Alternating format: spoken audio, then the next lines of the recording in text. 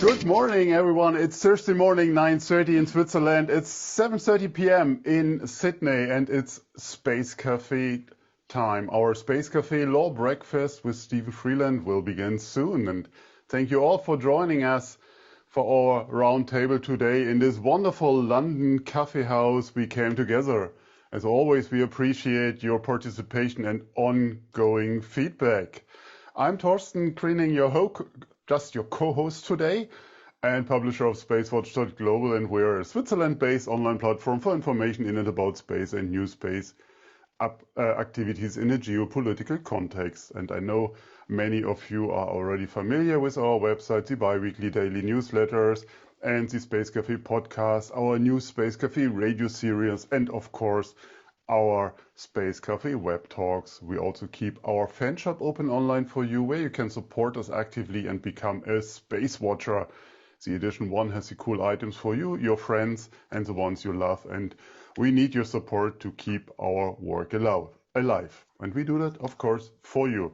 If you've missed any of our previous web talks, we have an archive available on our webpage in the events section and on YouTube. And we will host our Space Café Law Breakfast with Steven Freeland live on a bi-monthly base. And it's the 6th edition today, so we run this first year together. With that, I'm handing over to your host, the real host now, Professor Steven Freeland in Sydney today. Steven, the floor is yours. Oh, thank you, Torsten. Sorry about that. I'm so excited about today. I couldn't wait to start speaking. Hi, everyone from Sydney. My name is Steven Freeland, and I'm just delighted to be with you for, as Torsten said now, our 6th Space Café. It's been an amazing year, and we've literally been around the world speaking to incredible people, and you will not be disappointed today. We've just got two of the nicest, but also incredibly clever and insightful guests, and I'll introduce them shortly. So welcome to the Space Law Breakfast. As you know, this is not an ordinary space law webinar. What we try to do is make the law come alive, in a sense. We look at events that have happened, and clearly, as you know, space has been in the news every day over the past months, and certainly in the last week or so, and we'll touch on that. We try to bring that law alive. We try to demystify some of the things, show how law is relevant, how it interacts with everything else. We always try to answer as many questions as we can from the audience. So as Chiara said, please feel free to ask questions. We'll get to some of them, and the ones we don't, I promise you that we'll send some responses. We look at your feedback. We always also would love you to tell us what other issues you would like us to cover in future events. So today we've got amazing people, Joanne Wheeler, MBE, and Professor Jakhu, dear friends. I'll introduce them formally in a minute, but the first tradition, we have many traditions in our Space Café Law Breakfast, is the cafe itself. We've been around the world. Joanne, today we're in your adopted home of London. You chose the cafe where we're all sitting, so tell us, where are we and why are we here? Thank you, Steven, and good morning, everybody. It is a real pleasure to be here, but I just wish that we were all sitting around this table in real life. So we're in Press Coffee House today in Chancery Lane, that it's the traditional traditional home of law in London. But this cafe is very dear to me. It's very simple, very basic, but the coffee is excellent. But it's part of my routine going into work every day. And I walk into Press through Temple and through Armcote Gardens in Temple, and I meet every morning an Armilles sphere. And this sphere is rings, longitude and latitude, with sun in the middle. And it has a commemoration to Newton, and it signifies exploration and navigation. I feel that every day I explore and I navigate law, regulation, policy, and solve problems. And therefore, this cafe this is always on the route into work. And Steven, if I have a difficult question or a bad day, I go and get my coffee from Press, and I walk down and see James Clerk Maxwell. Now, he died 150 years ago, but I go and visit a photo of him in King's College. And I do this quite a bit, actually, because I think he's so inspirational with his work on the electromagnetic spectrum. And so much of the work in space and space law is spectrum-based. So I ask him for inspiration, and he's never failed me yet, and neither has the coffee. So welcome, everyone, to Press Café. Oh, thank you. What a wonderful story. And we're honored to join you here. If there are difficult questions today and you duck off and run out for a minute, we'll all understand why. But thank you for that. And it's great to be here. Hopefully next year we'll all be there together in reality. So let's delve now into the wonders of space law. We're going to look at important questions. Clearly, things have happened in the last few days, weeks, and months that are important to talk about. We're going to ask questions about how important is the regulation of space activities to environmental and sustainable governance, and how important is it to adhere to important environmental obligations. We're going to talk about what's the most appropriate way of learning space law. How does it fit in to these incredibly important issues of global concern? And indeed, how does space apply to other areas of global concern, like international criminal justice, like monitoring of human trafficking, etc.? So let me formally introduce our two guests. You probably know them well. They're amazing people, but Joanne Wheeler, MBE, is managing partner of Alden Legal and is chair of the Satellite Finance Network. She's an expert in the field of satellite regulation, commercial contracts, communications and satellite and space regulatory and policy matters. She really works incredibly well with experience in the satellite industry. She was at the European Space Agency for about 4 years. She works with Ofcom, the spectrum regulator in the UK. She wrote the satellite filing procedures in the UK. She's been appointed by the UK Space Agency to represent the UK at COPWAS meetings. And in 2014, which is amazing, she was named Legal Innovator of the Year at the Financial Times European Innovator Lawyer Awards. She's Deputy Chair of the National Space Centre, Chair of the National Space Academy, and a Fellow of both the Royal Aeronautical Society and Royal Astronomical Society. Joanne, welcome and thank you. And then my dear, dear friend, Jakhu, welcome to you. It's an ungodly time for you at the moment. It's 3 o'clock in the morning, so this is a really early breakfast. Ram is a full professor at the Faculty of Law and the acting director of the Institute of Air and Space Law at McGill University. You can see he's proudly wearing the McGill shirt. He teaches and conducts advanced research in international space law, the law of space applications, the law of space commercialization, space security, the regulation of space at both the international and the national and the international level. He serves as director of the Institute of Air and Space Law. He's a faculty member and director of the Master of Space Studies program at the International Space University. He's a member of the World Economic Forum's Global Agenda Council on Space Security. So as you can imagine, there's so much to learn from me from both Joanne and Ram. But the next tradition, as you know, before we get started on what's been happening, we need to get your pulse on space law. And we ask each of our guests for one word that they would use to describe space and space law and the wonders of space law. To give you a taste, some of the words we've had this year, we've had expansive, we've had extraterrestrial, we've had infinite, innovative, cooperative, reassuring, changing. Torsten used the word ambiguous, and my word was intergenerational. So Yenny was talking about the reassuring nature and the cooperative nature. And Yenny, happy birthday to you. So Joanne, tell us your word. What is space and space law to you? Thank you, Stephen. I think my word is collaborative. So 29 years ago, when the wonderful Professor Lyle taught me space law, he mentioned the collaborative efforts.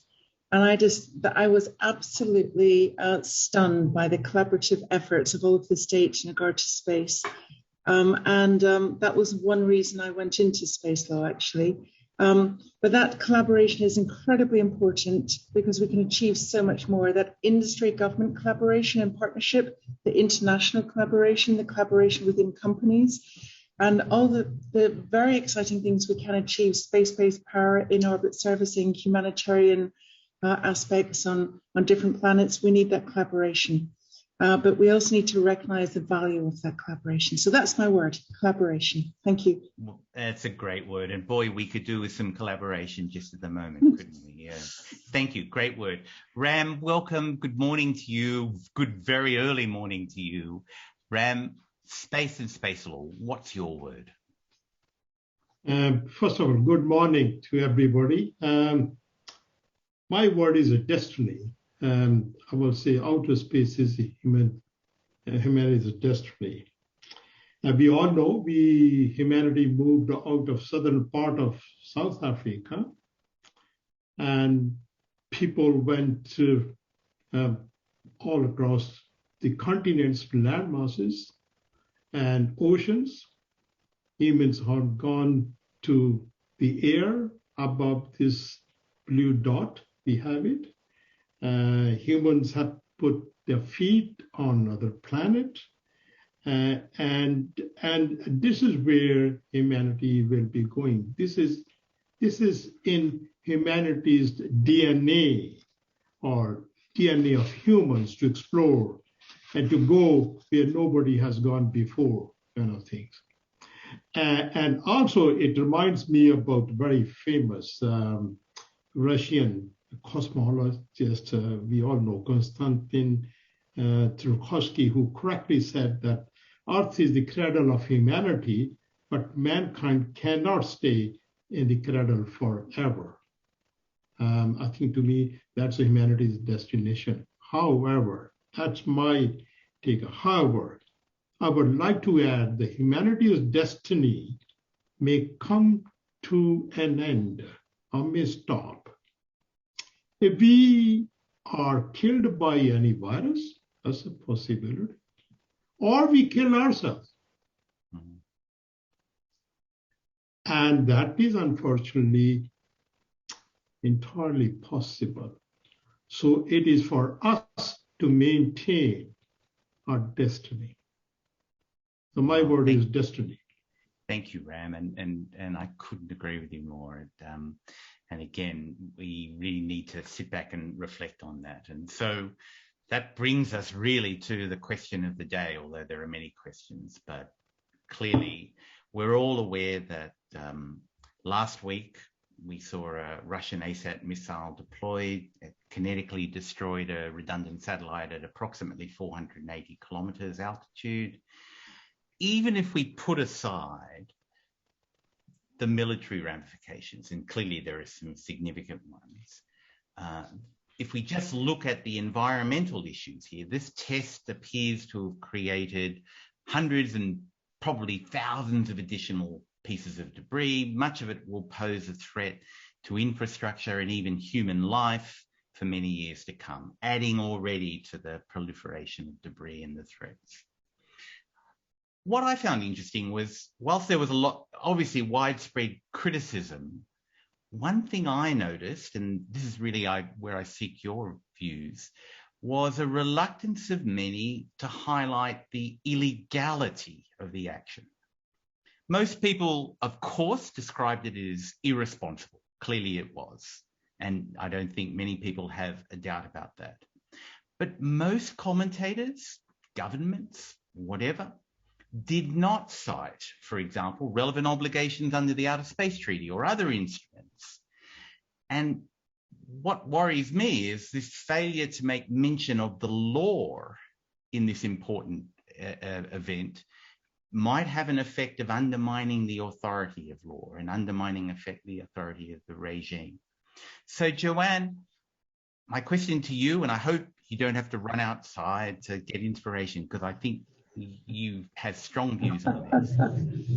Is this a sign? Is this a sign, perhaps, that we've got it wrong? That international law is, in a sense, is now being set aside as an important standard setter for actions in space and being replaced by something else? What's your view, Joanne? I think that's an excellent question, Stephen, actually. Definitely there has been a reluctance of states to acknowledge the illegality of this. Of course, several states have been involved in such missions before. And I wonder also, when I've been speaking to senior government representatives in the UK, for example, that there is an issue of not wishing to prejudice future actions or past actions too. So not wish to put a line in the sand with such statements. And as we would say, keep the powder dry. But if we link this also into the changing use of the space domain, the huge geopolitical ramifications nowadays, the new entrants, the new different powers, the new types of entrants, states and non-state parties, new technology, but there is a lack of international legal governance with teeth. And I think we might come on to explore that, and maybe we need to look at different ways of a new way of governing space activities. I think it's also important to note in this changing landscape, though, that the incumbent power that was responsible for that ASAT mission does not have vital assets in LEO. And a side effect, you could say, could be calculated means to interfere or restrain other activities from, for example, Europe or the US, who have a lot of filings and a lot of objects and a lot of active objects in LEO. I had a look, for example, at all of the filings, the KA and KU and ITU, and it is dominated by European and US players, not Russia, very few Chinese filings. And I think that dynamic is interesting. So I think we've got the issue of not wishing to prejudice themselves, the lack of an international legal governance with teeth. And I know SOA, for example, have done some work on maybe we should be looking at different models for that legal governance, maybe not UNCOPUS, not ITU, not ICAO, but a different aspect. But another question is, I wonder if that illegality might be different and their reluctance to acknowledge that would be different if the ASAT mission had knocked out communications, GPS, technology that would have affected us much more negatively terrestrially. Would it be a different result? Yeah. I'm asking more questions than I'm answering, but I think there's a lot of work to be done here. Yeah, I might have to run out for inspiration myself, but you raised some really, really interesting issues. It has been put to me, for example, that this is a statement. This was designed as a statement to say, hey, you know, Leo, if you want to dominate Leo, be careful. But of course, putting, you know, politics at the forefront and ignoring common sense and the environment and its sustainability and law, you know, is really a dangerous issue. It's a dangerous issue for everybody. Ram, your views. I mean, why is it that commentators wish to bypass the legal principles and focus on other considerations? Surely, and I think Joanne made this point as well, but surely in the circumstances such as this, law should be the starting point for the discussion, or am I wrong? What do you think? Well, first of all, I fully agree with what Joanne said in a global context. But from the commentator's perspective, I think I'm not really surprised. I will elaborate my points later on if we have the chance. But I think we are all commentators, mostly are biased people. We look at our interests, our own interests, or interests of our countries. There's a relatively very limited neutral objective scholarship. So the try to, whenever they make statements, they try to see if their country's interest will be in somehow jeopardized by their statements, right? Or they may lose in certain ways. They may lose funding from their governments or their companies. So that's another factor. But also is some of them do not want to offend other countries, like in case of Russia, in that. But that I will say, in any society, independent voices, independent research, independent commentators are very important, but they must have to be bold enough to say what is good, what is bad, and what should be done about it. I think that's the role of academics, particularly. And in the case of journalists, I see journalists generally picked up the idea which the governments are saying with respect to space debris, which is, I think, as you said it, this test has created debris, but one has to look in the context of overall debris in space. I mean, this test has created or will be creating, 1,500 or 2,000 or 15,000 pieces. But what about the other hundreds of thousands of pieces of debris which has already been created, and I'm afraid to say, but are going to be created by small satellites.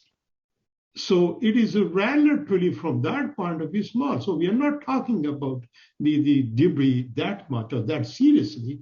The debris which is going to be created by small satellites, which will be far more than this debris. The second, of course, which is not very much talked, is the question of weaponization of space.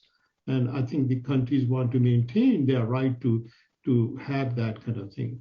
But my personal view is, what is, if this kind of activity is not prohibited, I will say that doesn't mean it is allowed. Some of the authors usually say what is not prohibited is allowed. I think the very simple, wrong way of assessing what the law is. So you're allowed to do things, but subject to the rules and principles of international applicable. So I think one has to look at from that point of view. I think activities like this are certainly not in the interest of any country, and that's very important. The second thing is one has to see what is the reason behind it and to solve that. My solution, if you don't mind, if I could say, my solution is that now we have 4 countries have already done their tests.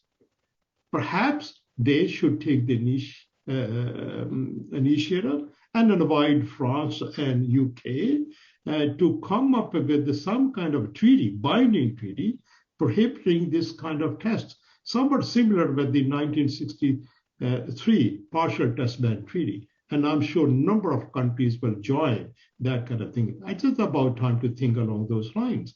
But I will also say one must look at the possibility of debris which is or being created by small satellites or mega constellations. Thank you. So that's my take on that. Yeah, thank you. And we've spoken in previous cafes about this proliferation of large constellations of small satellites and what that means, and how national regulators have to take a more global perspective when they're approving. But really fantastic points. I should also point out, and this is really to highlight how important this platform, SpaceWatch.Global, is, because there's been some actually really good commentaries published on this platform, thanks to Torsten and Chiara, including a commentary I think that Ram and some colleagues did publish. So, it's so important to have an independence of viewpoints expressed, but both Ram and Joanne make really important points. And then that gets to other issues about knowledge of law and knowledge of space law and how we can educate people. And you mentioned that word educate before, Joanne. So, I mean, we all know that space is multifaceted. It's got many perspectives to it. there's sometimes a reluctance to recognize the broad perspectives that come into the law that are then relevant for issues that we've just seen in the last week. So Ram, your institute, has since 1951, I know you're celebrating a landmark anniversary. Congratulations. You've, as I read the other day, produced 1,200 graduates from over 120 countries from the Institute of Air and Space Law. It's an extraordinary achievement. So you're an educator of world renown. Tell us, what is it that you seek to do when you teach space law? Why it's important? Why is it important to incorporate a broad range of skills? And how do we educate students of space law to be fully prepared to meet the challenges of the 21st century? Thank you. From the start of teaching of space law at McGill, I will say McGill approach has always been sort of broader. We see space law, which was, by the way, started by my colleague Ian Vlasic back in 1963. We believe the space law is not an isolated branch of law. It is not self-contained regime. So space law, in simple terms, it means the law which governs outer space and space activities. But things do not stop there. Those activities are involving the revenue or spending of millions or billions of dollars. There's tremendous amount of money involved in that. And that kind of activities are being carried out by highly complex, not technology, but number of technologies together. And all those operations and activities, and Joanne knows better than me, is there for meeting human needs. You just don't go to space for going to space only, and telecom and other things are. And human needs are there. And those human needs are economic, political, strategic, social, cultural activities. But all these things done within the context of national policies. So one has to be aware of all these things, the politics, the economics, the technology, and a lawmaking process to understand why space law is being formulated, how it is being changed. So you cannot isolate. If there's no policy, for example, if there's no policy, a government doesn't want to get into space business, there will be no law. So you have to understand the policy, and you can't have a policy without your activities. So to fully understand what space law is, or perhaps should be, one has to have a good understanding about all other fields related to space law. And secondly, I would say space law, at least international space law, Steven and Joanne, you know very well, it is actually embedded in international law. International space law is a branch, a specialized branch of international law. So then one must have knowledge of at least basics of international law. And this is, I must say, I find very, very sad when you read certain articles here that people sometimes make very serious mistakes without understanding the space law. Particularly, I think one has to know the sources of international law and the rules of interpretation of that. So I've seen the interpretation of, for example, Outer Space Treaty. And it sometimes, this person doesn't really know what is basic rules of interpretation of treaties. Really, that person has never studied international law. So understanding of international law is imperative, indispensable to understand proper space law. And all that, I will say, one has to know not only national law or international law, one must be very, of at least have some idea of foreign law. Again, Joanne's field is telecommunication law. A country A or company of country A want to provide services country B. That company need a license of both A and B. So you have to know what kind of regulatory system, license system is in country B. That country B may not have the same licensing system as country A. So you need to know foreign law. And here I will say, particularly in that is the ITAR, the rules of the United States, for example. Everybody needs to know, in space business, need to know what are these international traffic and arms regulations. That has a tremendous implications for any space business. So what I'm saying, you need to have broader picture of space law to understand fully. And particularly my view is that fully have that breadth and depth when you publish a paper. So I think breadth and depth must go hand in hand, understanding proper space law. Breadth and depth, yes, I agree. Thank you, Ram.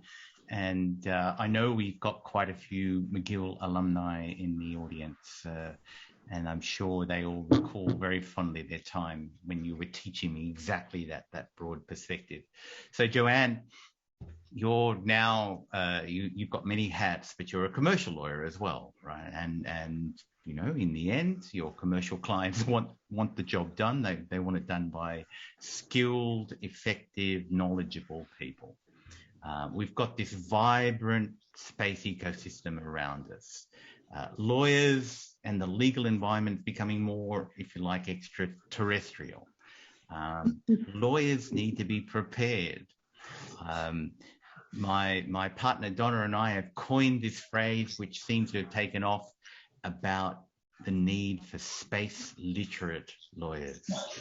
So in this context, and bearing in mind all of the complexities that Ram says you need to understand, what, in your opinion, makes for a space literate lawyer? And there are many budding space literate lawyers in the audience, so choose your words carefully, and they'll be taking notes. Yeah. Thank you, Steven. Thank you, Ram. Do you know, I am so pleased we're discussing this point. And Ram, I can only agree wholeheartedly with everything you have just said. Space law and all of the activities that it governs are by their nature interdisciplinary, multi-sectoral, multifaceted, and many questions that we are lucky to receive require knowledge and that interplay between so many different aspects. And Stephen, we just got so annoyed by so many other lawyers and consultants not understanding exactly what clearly they haven't gone to McGill. And I haven't been taught by Ram, but so we now have on our wall here the 9 nuances that we need to look at. And to be honest, there's probably more than 9, but we now use the 9 nuances. And personally, I don't think you can understand space and its activities without understanding these 9. I'm going to run through them very quickly. Number 1, to strongly agree with Ram, international law. Even if you're a domestic national lawyer, if you're practicing in this area, you cannot ignore international law. That also includes regional EU law, for example, and national law, and the guidelines around that, and occasionally specialist national laws and regulations for specific applications. That's number 1. Number 2, policies and insurance policies, really important. And sometimes the guidelines and regulations actually in some countries are actually policy driven, so they can be changed more easily. Number 3 comes back to James Clerk Maxwell and Spectrum, how to access it, how to protect it, how to bring it into use, really important. And it's amazing how many companies come to us and say, we're really excited, we're going to launch in 3 months' time.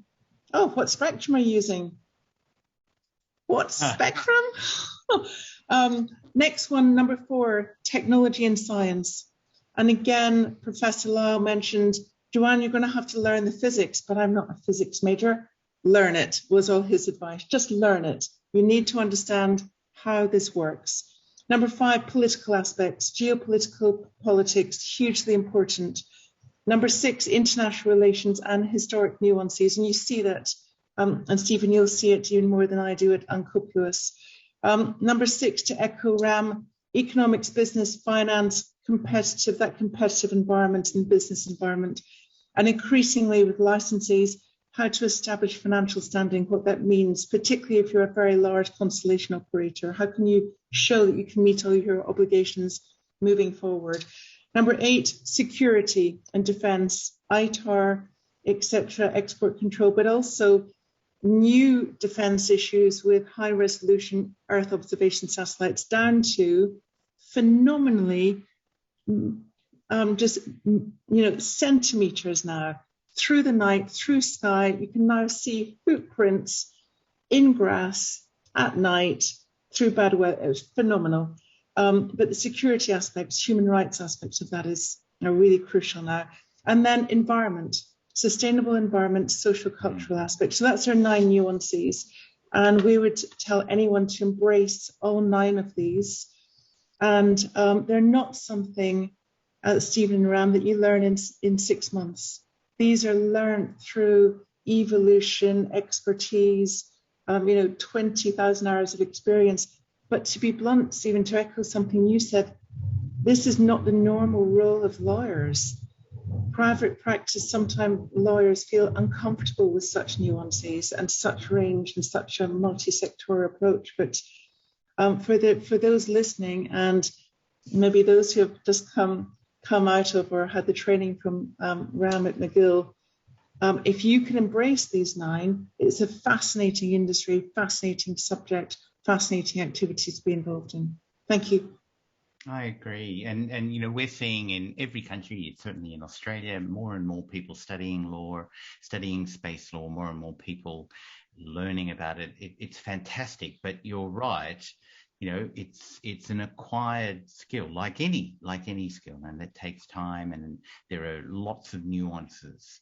By the way, audience, there'll be an exam at the end of the breakfast for the 9 nuances. Nobody can leave until, and I've already had a couple of requests for a list of those 9, but we'll make that available at some stage. Thank you, both of you.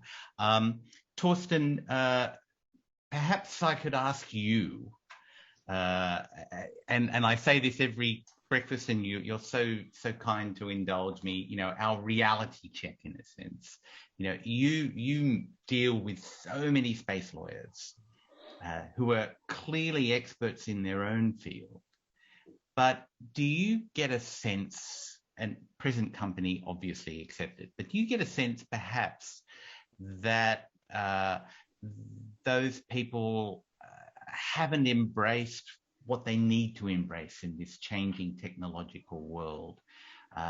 Not to criticize them, but to realize that the study of law in such a rapidly emerging, developing, changing field requires much more than a study of law, if you know what I mean.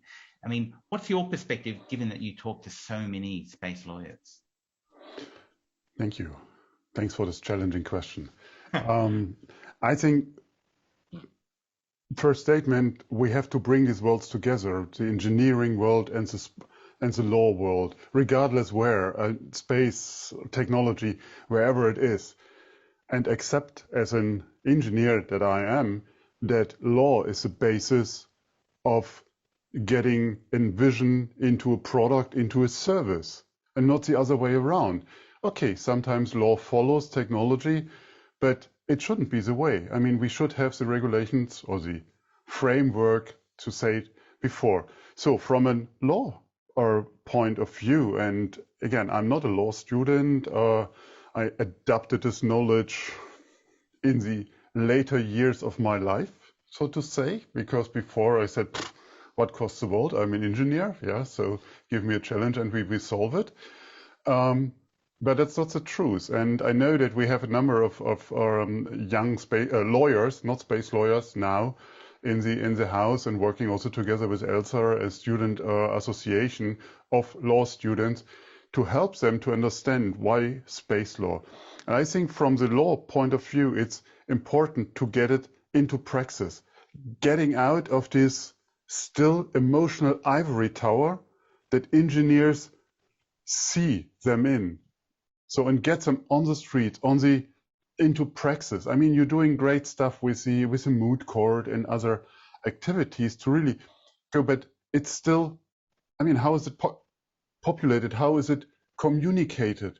And I think there's a big lack in that. And yeah, I think that's my 5 cents on that. I think make it more accessible. Yeah, and obviously that's what we're trying to do in this program, is to make law more accessible. But I take your point. You know, I've often thought that, for example, educators should be multidisciplined themselves to have, and law academics should have engaged in practice, for example. And both Ram and Joanne could tell us in so many ways how the practice of space transactions is different, but you only learn that in the practice itself. You know, the things you learn at university are helpful, but they're only just the bare minimum. I know that time is marching on, but Torsten, I see we've got quite a few questions. So why don't we go to a couple of questions from Valentin or Mark? Absolutely. Yeah. Absolutely. I mean, many of those questions are referring to the Russian ASAT from Valentin, but let me start with Mark's question. It's a generic one, and is law more than a tool to reach common political goals, in your opinion? It's a great question, Mark. Ram? Wait, with a request for a short answer. I'm just saying. Ram, the clock is starting, but it's a really wow. This is to me actually. Let me put it very short. Law is a concretized policy or concretized politics. So to me, politics before law, during law, and after law. So that is my short answer. I can elaborate that, but that's what it is. You can't have anything. And good friend of mine always said, politics are always wins.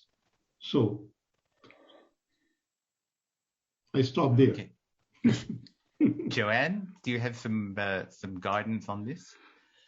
I think I agree with Ram as usual. I think it is a tool, but I think what governments, even industry players, but governments need to understand is they have a toolbox that contains many different tools and different varieties. I don't think all governments and all states can embrace all of those tools, but I sometimes see law, policy, guidelines, regulation as a toolbox to create what is required. There is an issue here, of course, though, is that the regulators and the governments and the rule-making bodies need to be educated and need to understand what they're seeking to achieve with those tools. And to be very blunt, I don't always see that being the case. Yeah, I mean, of course, if you go to government who is used to terrestrial, if you like, arrangements and contractual arrangements, and then you talk to them about what is different about space, it is a real iterative, educative process that takes a lot of time. I get that. I mean, and getting, Mark's question really brings us to the nub of what we're trying to achieve in law. And in the end, we hear a lot, and I mentioned it early on, about responsible behavior. Law is there to direct that behavior to reflection of our values, to a reflection of society, but it's just one tool, and we need to get, when it comes to space, the engineers, Torsten, and the doctors and the economists and the political scientists and civil society in the same room. And we really need to understand the physics and all of that. So great advice. Torsten, should we take one more question, or would you like to? Absolutely. I would love to answer this. I mean, there are a number of questions from Valentin, but about the other test, but how about the expected impacts of the ASAT interaction on the next upcoming UN COPUS legal subcommittee negotiations? And the other one following on that, on the practical same, who to blame now if the Starlink satellite is hit by debris from the ASAT event? So any suggestion from the legal point of view? I might have something to say on the first question, but Ram, Joanne, would you like to comment on either of those questions? Ram, who's responsible if Starlink gets hit by one of these pieces of debris, assuming you can identify it? Yeah. Yes, that's what I was going to say. If it is identified that the debris came from the Russian satellite or debris is great, then naturally Russia will be responsible. But here is the trick. The trick is the victim has to prove that it is a fault on the part of Russian Federation. And identification of that is very difficult because liability in any damage caused in outer space all depends upon the fault. And the burden of proving the fault is on the victim. Joanne may have more ideas on that. No, I completely agree. It's a very difficult question. I was lucky enough to be involved in the Iridium Cosmos in February 2009, and we looked at the issues from both sides, as you have to. But it was very hard, as Ram just said, to establish fault, because actually, which party was at fault? And against what standards, what laws and what regulations were they? And actually, if Iridium had brought a claim, would they have won? Because remember, they had maneuverability. So no claim was brought because, quite honestly, and I was, to be very honest, from the legal perspective, I was so excited that we might actually see the liability convention tested. But it was the right thing to do not to bring the action because it's such a grey area. But therefore, as the SOA is saying, they're going to bring up in Uncopious in 2022 to answer the first question, the fact that we might need a different form of international governance. Maybe Uncopious doesn't have the teeth we need. ITU does not have the mandate. ICAO, no, doesn't have the requirements. Do we need another body? Which is SOA's point that's industry-led. It was difficult to, as Stephen, you'll know better than I, sitting in Uncopious meetings discussing sustainability. And then before the next Copious meeting, we had the Chinese ASAT mission. Even though we had some agreement in all of the delegations as to the sustainable use of space, but until we have binding rules internationally, it is tricky. But of course, there's pushback for binding rules. It's a fascinating area. It is.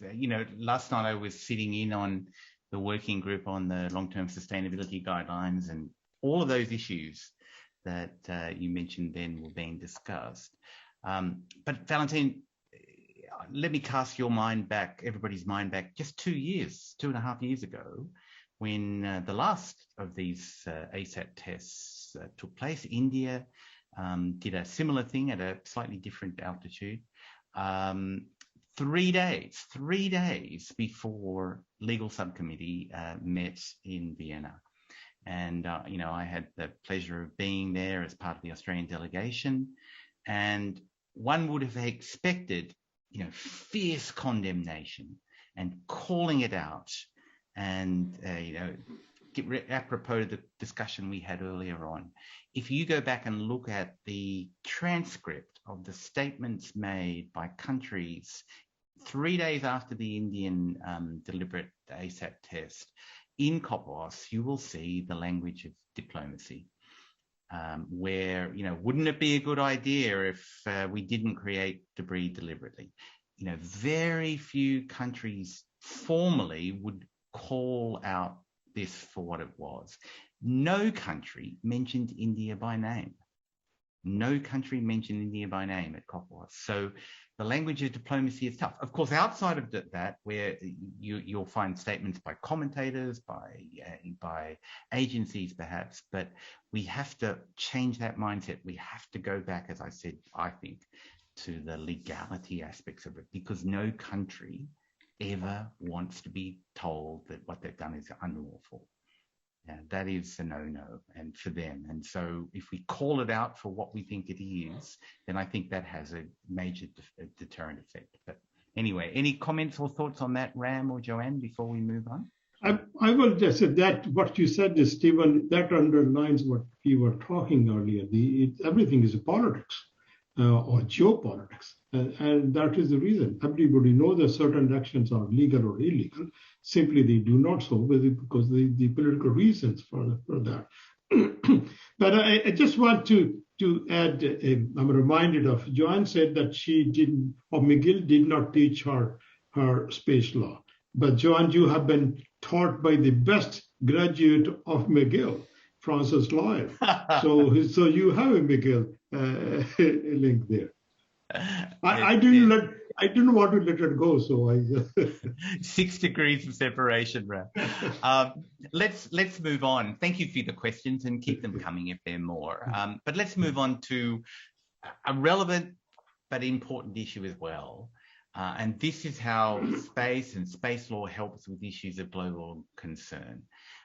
So, we've just all seen the completion of COP26 in Glasgow. Obviously, that sought to address the challenges of a major issue for humanity, combating the adverse impacts of climate change and trying to keep the temperature rises to a manageable level. Joanne, I know you actually spoke at COP26 and you're very active in environmental and social governance for your clients, in finding effective responses to the way we deal with environmental issues, not just in space, but also on Earth. So you touched on this before, but, in the wake of COP26, where, of course, space is very relevant to the way we look at climate change, but how can we best develop these government structures to work with all of the stakeholders that we need to work with to mitigate as much as possible what Ram said, the fact that we're killing each other or killing the Earth, with all of these impacts? What makes sense in terms of governance as far as you're concerned? Thank you again, Stephen, and thank you also for couching that forward-looking, because I don't think we're quite there yet. We need to look into the future. And one thing that did impress me with COP26, rightly or wrongly in regard to the outcome, is actually space law and the ability of space to help on the technology and regulatory side was actually discussed quite a bit, which was incredibly useful, not just looking down, but dealing with what's up there, and dealing with what's up there to be able to look back down, which was really vital. So what came up and what we discussed about for pretty much most of the day, actually, was, as Ram said, activities in space need to be conducted in accordance with international law and international environmental law, and the duty of a state not to allow its property or territory to be used to the detriment of another state. And that was discussed in the aspects of satellites in space. But what was also brought to the fore is damage isn't just caused to the territory or the property of another state, but also to environmental areas beyond jurisdiction, such as outer space. But as we've just discussed, there are very few binding rules in this regard. And when I was at ESA, and even in practice now, I tend not to use outer space law. I tend to use concepts of an international environmental law. And the closest, I suppose, on the space side is the Stockholm Principles 21, which states that states have a responsibility to ensure that activities within their control do not cause damage to the environment of areas beyond their national jurisdiction, such as outer space. But this principle, and indeed the IDC and the ISO standards that are increasingly important, are non-binding. And there's no international crime, as we know, for polluting outer space. So we discussed 4 aspects. I was quite interested about the analogies made at COP26 too. A general duty to preserve and conserve the environment, including in outer space, outside jurisdiction. Number 2, the precautionary principle, the better to be safe than sorry. And that is slowly developing in international space law. The concept of the global commons that we've all heard of, and the duty to respect and manage the global commons. And this can be inferred increasingly from terrestrial environmental law. And following International Court of Justice cases, and I think this is a wonderful phrase, it comes to your intergenerational point, Stephen, the duty to protect generations unborn. And this came up in COP26 quite a bit in regards to the protection of future generations. And that can include, and was discussed around the space environment. But all of this, let's be really blunt, moves slowly. All of these concepts are slow moving. So we looked at, there was the second Monday was Loss and Damage Day. And they discussed human rights in regard to future generations, crimes against nature, and compliance with national and international laws, but fundamentally national laws. And I strongly do think that these aspirations and the ambitions that we have in international law and in space law and governance need to be applied nationally through laws at national level, but also outer space licenses for the launch operations and licenses for other activities. We need to be able to enforce these guidelines. And I have to say, I'm quite proud of the UK of backing the long-term sustainability guidelines. And it's a great step forward, but it is aspirational and we need to make sure that these are enforced. But they need to be enforced. And when I was at ESA, I was involved in writing the code of conduct, and we made a big mistake with it. I'll be very blunt. We didn't consult with industry enough. And you need to make it workable and enforceable with industry. So one thing that I'm doing very closely with the government and to some extent the UN at the moment is looking at how are these international laws applied nationally, but to avoid unfair competition and to try and avoid forum shopping, which is difficult. And we're looking at the value of licenses meeting sustainable requirements linked to incentivizing operators to do the right thing. How do we do that? We link it to money. We link it to raising finance. I've been speaking to quite a few large bodies, McKinsey, who actually were at COP discussing this with us, Barclays, who have now changed their approach entirely, even McKinsey, looking at environmental and social governance, or as they call it, sustainable, inclusive and growing, which I think is even more important. And if we can link that equality of restraint, to use a philosophical term, internationally to enforcement in national laws linked to this ESG concept in raising finance, we've got something really interesting. We can never stop completely forum shopping. We can never stop non-enforcement fully necessarily of sustainable activities. But I think that dynamic is really, really interesting.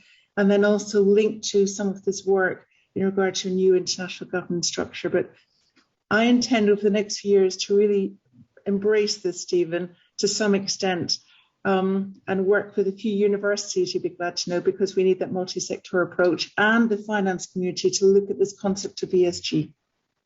I think that's just wonderful. I'm doing, and others, but I'm doing a lot of work with various governments like you, Joanne, and you, Ram, in helping them either redefine, reform, or draft their national space policies, strategies, and law. And the point that they come to me and they say, we want to be responsible, but we don't want to impose unnecessarily harsh, disproportionately harsh requirements on our own citizens, because then they would go elsewhere. So how do we mix this idea of sustainability, stewardship, I call it? Countries love this notion of stewardship with national laws. And I think what you're saying is absolutely fine. It's the sort of message that I think is getting out there now. And, you know, we should talk more about this perhaps in another cafe. This notion of stewardship and how that can be reflected. But thank you. Ram, you know, you're involved also in so many issues about global concern. And I had the honor a few years ago, together with you, of writing a piece we wrote together, you recall, on how space technology was looking at other issues of global concern. So, you know, in addition to the environment. And we wrote a piece, you recall, on international criminal justice, and how the work of the international courts and tribunals for, you know, who are the accountability mechanisms, more and more are reliant on satellite technology for the prosecution of those accused of atrocity crimes. So it's obvious this is important, but Ram, perhaps you can elaborate for us why this is important and how space can help, but what are the pitfalls and how is this a trend moving forward? That's a very good point you raised, Stephen. As you know, we work together on that. I think something is very important to keep in mind to control the expansion of crimes against humanity, if I can use the word, or war crimes and that, and to control them in certain way is putting them through process of judicial system. And since these crimes are very complex and it's very difficult to prove, and you have to prove them beyond reasonable doubt. So the most important thing is what kind of evidence you need to produce, or what kind of evidence need to be produced by the prosecutors. And the prosecutors, all over the world at national level and even international level, try to come up with the different tools, different ways, and to make their point, or again, to prove the crime beyond reasonable doubt. And recently, that's for the last about 15, 20 years, space has started proving or providing an excellent means or tool for gathering and presenting that evidence, which can meet the standard of a proof or evidence beyond reasonable doubt. And what I'm talking about the satellite imagery.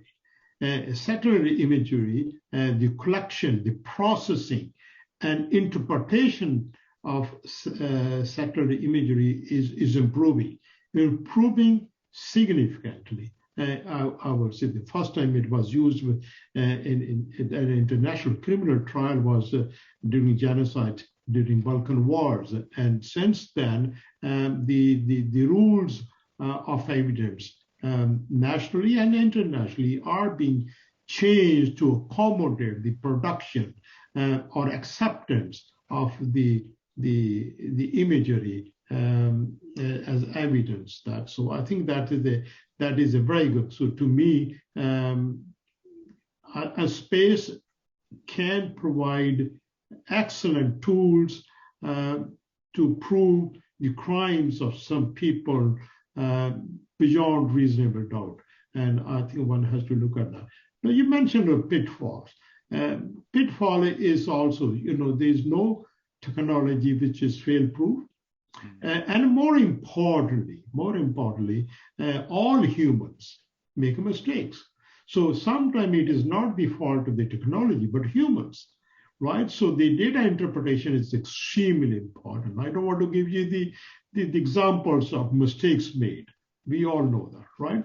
So I think that has to be looked at. So that is, I will say, and this is where I will see that not only nation-based institutions or experts, I think international group of people, experts, working more or less in an objective manner or a neutral manner to collecting the data and expressing it internationally, that will be an important step or requirement to maintain the integrity of the data or the evidence produced. So you do not have one source. You should have other sources so that you make sure the data produced, the evidence produced is absolutely accurate.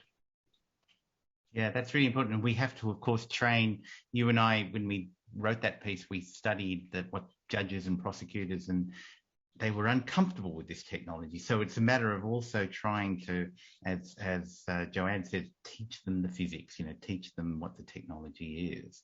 Joanne, I know you've also had experience in this regard in other areas of global concern. Perhaps you could share some of that with us as well.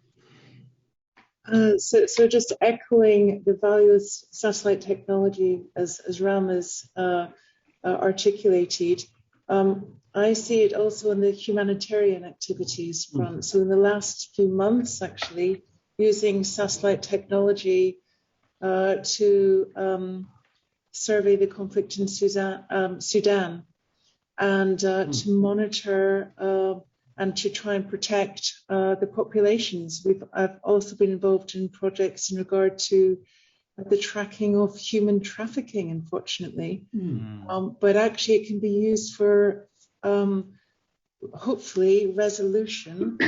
And the Ebola crisis was really interesting, working with various operators in regard to the mitigation of the worst effects of the Ebola crisis. So satellite technology, quite honestly, can be used for so many different applications, and we're learning more and more every year. But humanitarian activities is also really, really vital application. Yes, there, and of course we've got the disasters charter and the cooperation that the countries use. Just a question on that, and Ram made the point. I'm coincidentally speaking tomorrow at a little seminar for a large multilateral mining company about remote sensing, and I asked them in the prep talk, well, you rely on this, but how do you know it's accurate? The point that Ram made, and of course they don't really think about it. And then a fellow told us a story that he was asked by the police to design a mapping of a particular area for a criminal investigation, not a war crime, but I think it was a murder. And he provided the police with this map, and the police just took it. I mean, obviously he did his best, took it and did not in any way verify, validate, whatever. And so the problem with remote sensing, but I think your views, is the interpretation, but also the way you process it will perhaps skew the result. And our technology is getting better, but this is a technical issue. Where is Frank Lyle? But how do we address that? Do we just wait and hope that the technology will get better, or do we just really need to have better skills? Tough question, but yeah, what do you think? Can I jump in here, Stephen? So actually I had a similar question yesterday, and what our approach was in a hopefully not a litigation is we use satellite technology to give a very detailed, large footprint, and we back it up with some drone UAV data and some ground data. So we use it to pull that evidence together. So actually those three levels provide just exquisite information. But satellite serves its purpose very importantly. And of course, in regard to SAR data, radar data provides additional verification potential. But our decision yesterday was backed up with UAV and ground evidence. And because, as Ram said, in the criminal trial, if it is a criminal, beyond reasonable doubt, but if you prove it beyond reasonable doubt, person goes to jail, let's say. So we've got to make sure that the evidence is absolutely right. And Ram, did you want to add anything to this? No, I will be worried about somebody going to jail for wrong evidence, but I think I will be more worried if he is executed. So I think it's a serious business in that way. And I just want to come back to the point which Joanne was making earlier. I think it's an excellent point. I did not count, but I think she mentioned at least about 10 times enforceability and intergovernmental things like that. I think it's about time for humanity, or people like us or everybody else, thinking about that what we are trying to do, what the humanity is trying to do, is that the whole emphasis on soft law, guidelines, principles, are they really going to be good? Are they going to be serving our purpose? I mean, you just imagine, I think in talk with Torsten the other day, I gave the example, if you see the road is there, the more cars are being put there, trucks are being put there, and you got, even nuclear waste is being, carried on those cause, and everybody is supposed to be good. Okay, use your common sense and don't just avoid accident. Don't just you try to stop where you're supposed to be stopping, but hey, be a little bit careful. Do you think that will really solve the problems of the road? I mean, I simply cannot understand why this whole emphasis is on the whole idea of soft law kind of thing. The problems we are encountering and the problem we will be encountering in future, they're so serious, so serious. You simply cannot function on the basis of soft law. To just take the example of suborbital flights. Flights for country A to country B. Okay, we say we have an MOU, you come over to our airspace. Okay, in case you cause damage, maybe you should pay some money. Are you really serious that will work on the basis of MOU? There has to be legal document between on those kind of, you're violating sovereignty. The same thing is all kind of things we talk about. To me, I'm just reiterating the idea which was discussed extensively, at least in literature, in 80s or 90s. We need an international organization created under an international treaty, something like ITU or ICAO or something like that. And that organization will be updating the laws, regularly, as we have seen. Wonderful organization in my view. I'm a student of ITU, for example. It's a very, very important organization and work fantastically. It is worked fantastically because it has the right tools and the policies and the mechanism established under treaty, which is being updated every 4 years or so. Every 2 years, you got the regulations being updated. So it's about time for people around the world to think, hey, time has not really come, but we have been gone beyond time.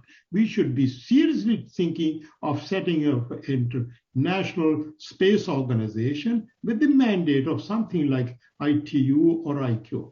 Can you imagine that the world would have safest mode of transportation without ICAO?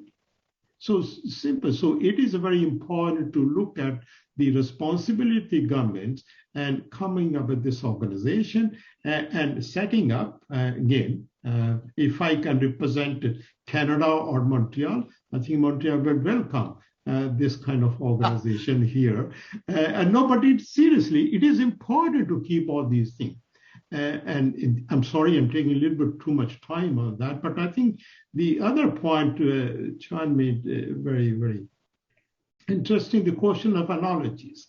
I think she has given a fantastic list of analogies which we can work on to improve. But my take is that analogies are very good for development of law. And we are talking lex defender. But analogies must never be used to determine what the law is. I think sad sort of thing is that we say outer space is like high seas. So in high seas, you go and pick up your resources or your fish, so you can do it in space. And this is not true. This is misleading. So the whole too much dependence on analogies, easy answers, I think are very dangerous from legal perspective. Sorry, I took a little longer no problem. But Yeah, thanks, Ram. It's interesting. Both you and Joanne were talking about the establishment of a new sui generis organization, perhaps, that for governance. And it's interesting. That's what you both think we need. We all understand the reality of how difficult that will be to actually even set up the organization, let alone have a mandate. But it's certainly something that we should strive for if that is the way forward.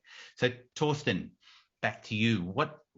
We've talked about space law, we've talked about law, we've talked about issues of global concern. So again, what do you see? When you hear us all talk about how great law is, what do you see the role of law is in these broad issues of global concern, the environment, justice, migrant flows, disasters, etc.? Where does space and space law come in for you? Thank you again, Stephen, for this question. I feel that I'm getting this difficult part here today. However, let me start from one end. I think what you described before, all the services that we can use on the downstream side to evaluate all the different areas you mentioned, are very important, and it's one of the biggest room for space application that will grow in the upcoming years, in my opinion. So combine that with machine learning, AI technologies, or whatever comes around the corner, what is new, what is hip, what is cool, it will be applied there. We spoke with Geraldine a few weeks before about distributed ledger technologies, put that also in to make it even more complex. So what all have that in common is it can solve issues, but the legal framework is absolute open. And that's what I made in my first statement is engineers are super happy for these challenges without even thinking of the consequences that might apply on the technical side. So, I mean, it's not new that law is running behind technology. Yeah, I mean, if you hit with your autonomous driving car in an accident, so whose fault is it? It will be debated, and we will have cases in the future. You mentioned before the accuracy, and I think that's very important. That goes into who owns the data, whose truth we see here. If I'm controlling the shutter of an Earth observation satellite, I show you what I would like to see and what I allow you to see and to work on. So these are private companies, these are governments that are owning them. So they do it either for the money or for other purposes. So, but can I enforce them to give me the real data? Not sure. So, I mean, we have seen the evidences of the first Gulf War. Yeah, very clear. Weapons of mass destruction. No, not really. But however, let's do this war. That's not correct. And that's I think where Ram said earlier, we are on this path to kill ourselves if we are not applying clear rules of the road here. And I mean, Galileo is a good example. Earth observation data, GPS or navigation system, and we have EGNOS on the ground to calibrate it, to make it even more accurate. And that is something, these kind of technologies, we need in many other areas as well. And Joanne, when you say it, SAR data, radar data, I mean, they can't be precise per se, because physics apply here. Yeah, so you have to match them, you have to fuse them into something bigger. And we see these technologies out there. But again, are we all have access to that? Are we all seeing the same data? And even that's data 3 days ago, when we talk about human trafficking or so, they're irrelevant. Yeah, for a tactical thing. And I think here space law has, or law/space law has a huge room, yeah, to set precedences. We have a question from Mark also here. Will case law bring more interpretation of liability? I mean, it's a good example, and I know it will be open another big question for you on the law side. But I think we are running in the dark right now in many of these areas, and that's for me very concerning. And I hope that with the dialogues we try to establish here can bridge these sides together, or these parts together. And I know it was also a long answer to a short question. Sorry, Stephen. Really, no, don't apologize. Brilliant, really well said. You know, and of course, you talk about AI. You know, we are now using, of course, AI everywhere, but we are using it in space. And you know, I can take a bit of pride, together with my dear friend Alex Suchek from ESA. I had the honor of writing this year's, it's now finished, this year's problem for the Manfred Lachs Moot Court competition and the 2021 one. I encourage people to read it because it's a real life example.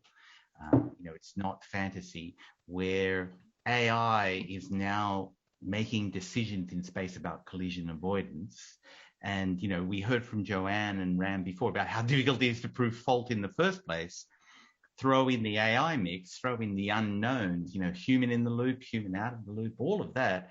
And we really, Laura is going to really struggle with all of this. But look, Torsten, I know we're way over time. Would you like us to have one more question perhaps, and then we'll wrap up? What do you think? I mean, if you might take this question of a case law that might bring more interpretation on liability, I think that's the shortest thing that we can get. All these questions are absolutely fantastic. And Mohammed, thank you very much for asking the question about the future of Artemis Accords. That's another, I would say, big thing what we don't want to open today. But maybe we stick on this first one. I mentioned the case law for the interpretation of liability, if you mind. Well, wouldn't we love case law? Joanne, you said you in the end with the Iridium Cosmos, there was no case law for various reasons. But what do you think a case law would do to help us in this area of liability and determining liability? I mean, in regard to Iridium, as you said, Stephen, I would have liked to have seen it tested, the nuances of the liability convention and how it's applied, tested. But we do quite a bit of work with the MOD and the government looking at if something went wrong, how would it work in effect from the legal side, from the policy side and the defense side, and actually using those workshops are quite interesting to try and test what would happen. So yes, some case law would be very interesting in regard to setting precedents, but I think, I might be wrong, but I think even sitting near Chancery Lane, we're a little bit far away from case law per se at the moment. But those workshops to actually look at the nuances around if this happened, what would, for example, on Tuesday, I'm spending the whole day with 2 industry members and the government on in-orbit servicing. And what goes wrong with in-orbit servicing? If there is a conjunction that then causes third-party damage and then potentially lots more damage, almost the Kessler effect, how do we deal with that? We've got insurers in the room too, because we need to look at that multi-sectoral. So before we even have the case law, could we have some more international workshops and international discussions involving multidisciplinary experts to actually kick the tires, shall we say, of actually looking at the implications of some of these activities? I think that will help us even before case law. I think multidisciplinary is the key word. Ram, you and I have spoken many times about trying to get the ICJ, and there's actually a question, to give advisory opinion, an advisory opinion on some crucial issues. Very briefly, because Torsten is going to start charging us the electricity, but what do you think the prospects of that are, and what do you think that would achieve? It's very, very difficult to get the advisory opinion of ICJ on these issues. But at the same time, I must say it's not going to be that difficult. Question is, I think, if it comes to the politics. If somebody, a particular country, is very much concerned about what is happening in space nowadays, for example, testing of weapons or some other things, a country can take the matter to General Assembly and get the General Assembly's caution approved to get the ICJ. I think it's not, the question is who is going to be that country or group of countries. I think it's about time somebody should do that. But as you know, Stephen, because you are a good friend, I always abuse your friendship. I want to make another point, which Joanne has mentioned earlier, and I was really looking at that. I really want to make that point very clearly. That is the point, the whole question of liability. And that's what we were talking about, the education of the space warriors. And I heard hundreds of times that liability convention was never invoked. And that is, I will say, is absolutely wrong.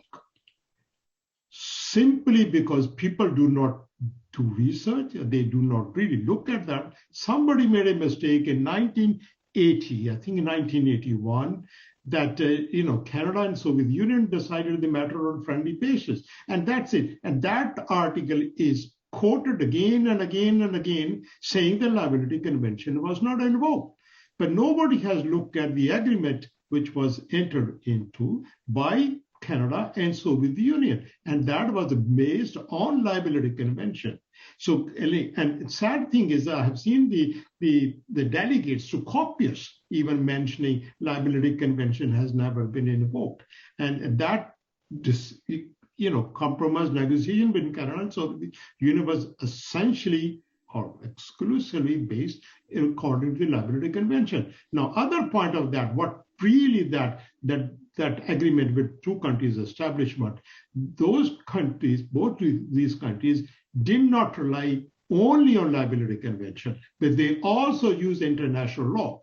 So that brings the point which I made earlier. You do not need to know only 5 treaties. You need to know international law also in that way. So those things can be done. I will, like Joanne, I would love to see a case being decided at international law, international level. Lawyers love cases, do that kind of thing. But again, I think we need a bit more research, and I will say objective, neutral research, paper published there. There's a lot of literature which is, I think, is misleading. One has to be very, very careful about these things. But again, my view is the liability convention served very well, but it needs to be expanded further. Who can do that? Again, my favorite suggestion, international organization. Thanks, Ram. I appreciate that. My own view is the liability convention will become more relevant as we have more congested skies. Absolutely. And I'm delighted you spoke as a proud Canadian then, because Canada invoked the liability convention is important. I think that's it. Let me just thank you, Joanne. Thank you, Ram. Thank you, Torsten. Thank you, Chiara. Thank you so much. It's been, a wonderful 90 minutes. I apologize that we went over time, but most people have stayed, which is just a testimony to what you've been able to teach us and show us. So thank you both for taking the time. Ram, for getting up at some incredible time, and Joanne for giving up all the time that you have, with your clients. So thank you. I hope everybody's enjoyed. This is the last of our breakfast for this year, but we're back on the 27th of January, as you can see on the screen, with 2 more amazing people. The list just gets on and on. We've got Jerry Go, who I think is in the audience today. Hi, Jerry. Jerry is incredible. Some of you would have heard her recently on one of Torsten's interviews. And Guyu Wang from China, who just is so knowledgeable and really understands the detail of how things fit together. So please come and join us on that day. Thank you again, Ram. Thank you, Joanne. And Chiara, I'll pass it back to you. I want to thank you, Stephen, for inviting us. And I'm very happy that I was invited, and I can learn a lot, not only from you, but also Joanne. And of course, I love Torsten's questions because they are so simple and not difficult to answer. So thank you. Ram. Thank you for it. Thank you. It's a pleasure. Thank you, Joanne. Yes. I just want to echo that. It's been a real privilege to join you all this morning, this evening, this afternoon.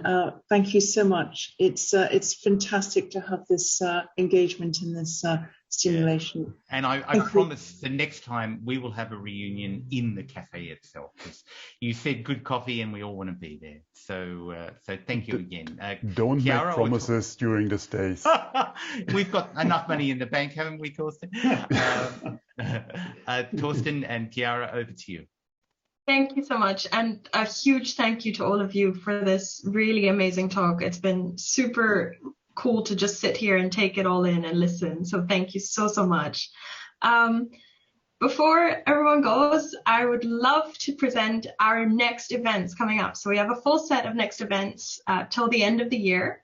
So on the 30th of November at 4 p.m. CET, we have our 33 minutes with Johanna Bergström Rose from Kiruna. And then on the 3rd of December at 6 p.m. CT, we have our next Space Café Canada by Jessica West on the recent Russian ASAT testing. Then on the 7th of December at 4 p.m. CT, we have the 33 minutes with Christian Haugli Hansen from the Norwegian Space Agency. And on the 9th of December at 4 p.m. CT, we have our next Moriba's Vox Populi by Moriba Jah, and he'll be talking about environmentalism in the face of the Russian ASAT testing, as well as the implications and an outlook on how to possibly deal with this in the future. Then the 14th of December at 4 p.m. CT, this will be our final 33 minutes of 2021 with Pancom Rebellion, which will be live from the World Satellite Business Week in Paris. A day after that, on the 15th of December at 6 p.m. CT, we have our Space Café Brazil by Ian Grosner. And just a day later, on the 16th of December at 9:30 a.m. CT, we have our Space Café Australia by Annie Hanmer on space and money. And Annie is actually in the audience, so I'm really looking forward to that as well. All our events are going to be online on Eventbrite. And as always, we would love to hear your feedback. So please check in with us on Twitter, on Facebook, on LinkedIn.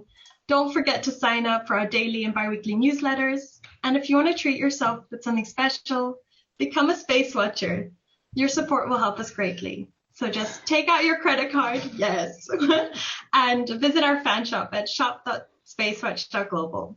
I know we say this a lot, but we do really need your support to continue our work for you. So thank you all so much for your interest today and for all your great questions. Thank you to Joanne and Ram for this inspiring chat and for being our guest on this session. Stephen, thank you. Have you been happy with the program? Oh, well, it's just been fantastic. It's been such an inspiring discussion. Thank you again to Ram and Joanne and everybody.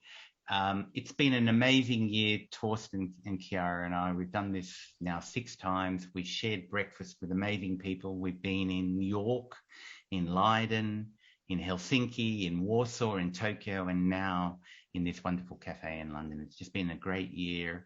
I've learned so much from the people that we've had. I hope that you'll come and join us again next time, as I said, on the 27th of January. We hope that you enjoy this, that you find it stimulating, and it helps us to explain what law is. And we'll see you on the 27th.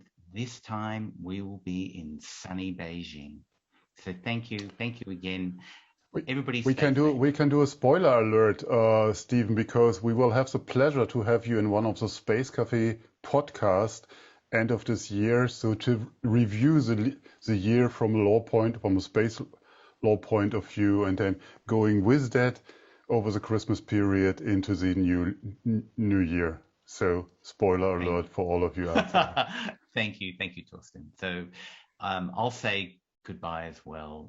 Thank you to everybody. It's been a great year, and I'd like to thank you, Torsten and Chiara, and all the production team for making all of this possible each time. And we'll be back on the 27th. So over to you. Thank you so much, Stephen. And yeah, also thanks to our entire team behind the scenes for managing to do this great job week in and week out. So I hope to everyone that you all stay safe and stay healthy. And also would like to send out some happy Thanksgiving wishes to all our viewers in the USA. Thank you everyone for joining us today. I hope to see you all in the next weeks. And in the meantime, visit our website and follow us on social media. And don't forget, become a Space Watcher.